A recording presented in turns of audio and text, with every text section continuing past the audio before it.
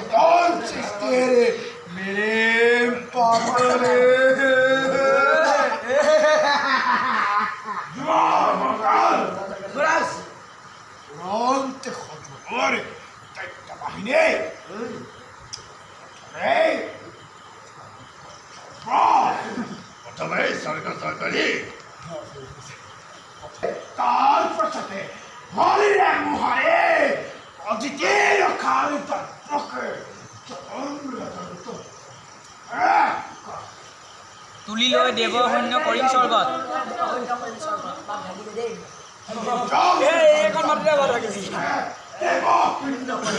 স্বৰ্গ